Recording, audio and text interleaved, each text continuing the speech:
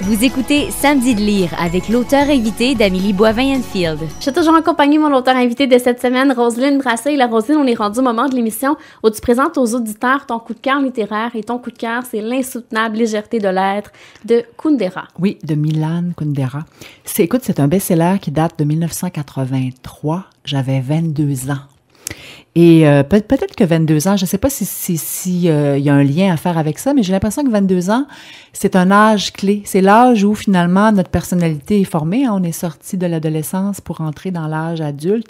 Et j'ai l'impression que tout ce qu'on lit dans cette période-là nous marque à jamais d'une certaine façon. Et c'est l'auteur qui m'a marqué et c'est vraiment le roman qui m'a marqué. J'ai dû le lire une dizaine de fois.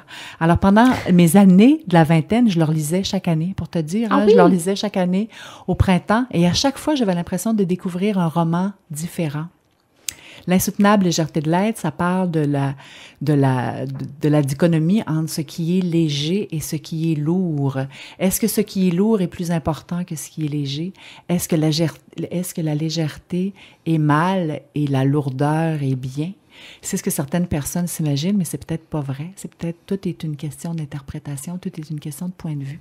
Et c'est ce qu'on apprend avec Milan Kundera. Ce que j'ai aimé de ce roman-là, c'est que c'est un roman qui se décline en minuscules chapitres d'1, 2 ou 3 pages. Ce sont autant de chapitres, autant de petites réflexions. Alors, c'est un roman, on raconte une histoire, l'histoire de Thomas, de Teresa et de Sabina, la maîtresse de Thomas. Teresa étant la femme de Thomas. Ça se passe dans le Prague de 1968, à l'automne de 1968, au mois d'août, au mois de septembre de 1968, quand la Russie envahit la Tchécoslovaquie, quand la Russie s'empare, les chars d'assaut entrent dans Prague. Et ben c'est ça. Ça parle de ce qui s'est passé cette année-là, en 1968. Ça parle de comment on voyait le monde en 1968, quand on est dans la vingtaine, parce que les personnages principaux ont 20, 30 et 40 ans tout au long du récit.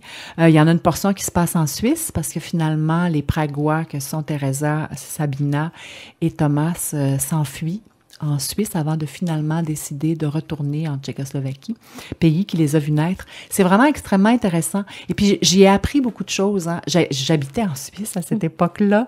J'avais 22 ans et j'habitais en Suisse depuis déjà un peu plus d'1 an. Ça faisait un peu plus d'1 an que je séjournais à Lausanne. Et puis, c'est un roman très européen. Et ça me parlait d'une certaine façon, ça me parlait de ce que je vivais à cette époque-là.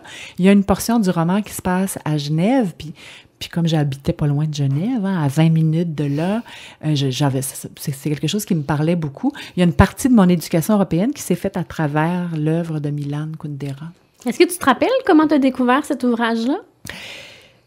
J'avais une copine infirmière, il y a beaucoup d'infirmières québécoises en oui, Suisse. J'avais vrai. Une copine infirmière qui l'avait lu et qui m'a dit « Il faut absolument que tu lises ça, c'est formidable comme roman. » Alors, je l'ai lu, j'ai commencé à le lire sans avoir trop d'attente. Et puis, comme je vous le dis, comme ce sont de tout petits chapitres de quelques pages, 1, 2 pages, ben j'ai été happée par le récit et puis c'est devenu mon ouvrage préféré. Parce que c'est un roman, mais c'est aussi à la fois un ouvrage philosophique. Milan Kundera est aussi philosophe.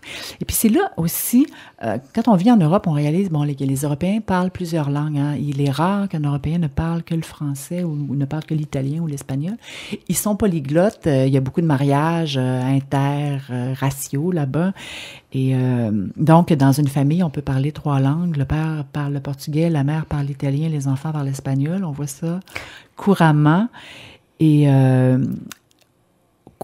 Kundera parle beaucoup de l'étymologie des mots. Il va, par exemple, nous citer un proverbe ou nous parler d'un mot et nous dire que dans une langue, ce mot-là a un sens un tel, puis dans une autre langue, le même mot avec la même étymologie, la même racine, a plutôt un sens qui, au contraire, va être positif, ou dans une autre langue, le sens est négatif. Alors, c'est intéressant de voir, ça m'avait, comme j'ai toujours rêvé d'écrire, ça m'avait de m'intéresser au sens des mots, au sens exact des mots.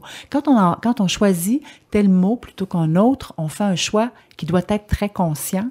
Et dans la langue française, par exemple, il y a plusieurs synonymes, mais aucun mot n'est réellement un synonyme de l'autre. Aucun mot ne trouve réellement son synonyme. Il y a toujours une différence. C'est la raison pour lesquelles il y a 2 ou 3 mots différents. Parce que chacun des mots a sa petite nuance. Et puis, c'est quelque chose qu'on nous explique là, dans cet ouvrage-là. Moi, c'est un ouvrage que j'ai lu quand j'étais au cégep il y a à peu près une 12aine d'années. Oui.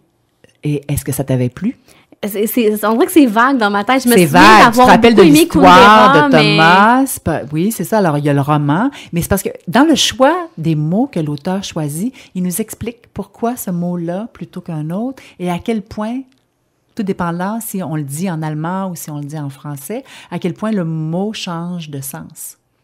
Oui. Alors, je me rappelle à un moment donné, au début du roman, par exemple, il parle du mot compassion. Alors, compassion, ça dit avec. Alors, dans une langue, ça veut dire souffrir avec. Mm-hmm. Puis dans une autre, ça veut dire avoir pitié de.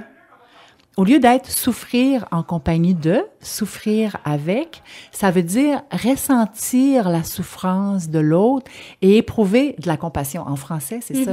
C'est arriver à se mettre à la place de l'autre. Dans la peau de l'autre, oui. Arriver à se mettre dans la peau de l'autre, puis ressentir une certaine pitié. Lui, ce qu'il dit, c'est un petit peu péjoratif dans ce sens-là.